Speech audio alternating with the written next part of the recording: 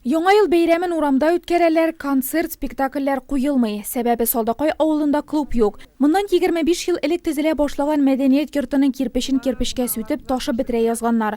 Мобиль кабул итү пунктына килгән Динә Йосыпова бөтен авыл халкы теләген җиткерә. Авыл яшьләренә бик тә клуб кирәк булыр иде. Чөнки быел анда безнең детский площадка төзетләр.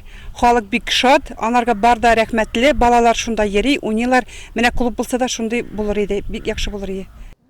Якушкина авыл җирлеге мобиль кабул итү пункты өчен бүген беренче тукталыш. Җирлеккә 3 авыл керә, 1250 кеше яши.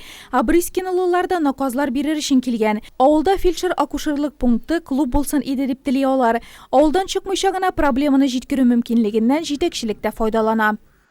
Авыл җирлеге башлыгы буларак миндә кабул итү пунктына сорауларым бар. Монда авыл яшьләрнең ялын оештыру, яшь семьяларны фатирлы итү, авыл җирлегендә клубларның эшләрен эшләтү турында сорауларым бар.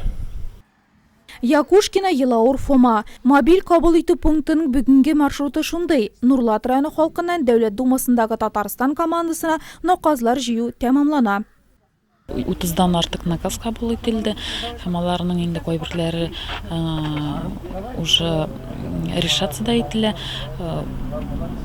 Шуның белән безнең 16 сентябрьдә мобильный приемный программасы тәмамлана. Һәм гомумән әйткәндә бу программа белән без бик канәгать. Халыкның актив катнашуы өчен бик зур рәхмәт әйтәсе килә. Нәтиҗәләр ясаганда инде Нурлат районында халык бик актив.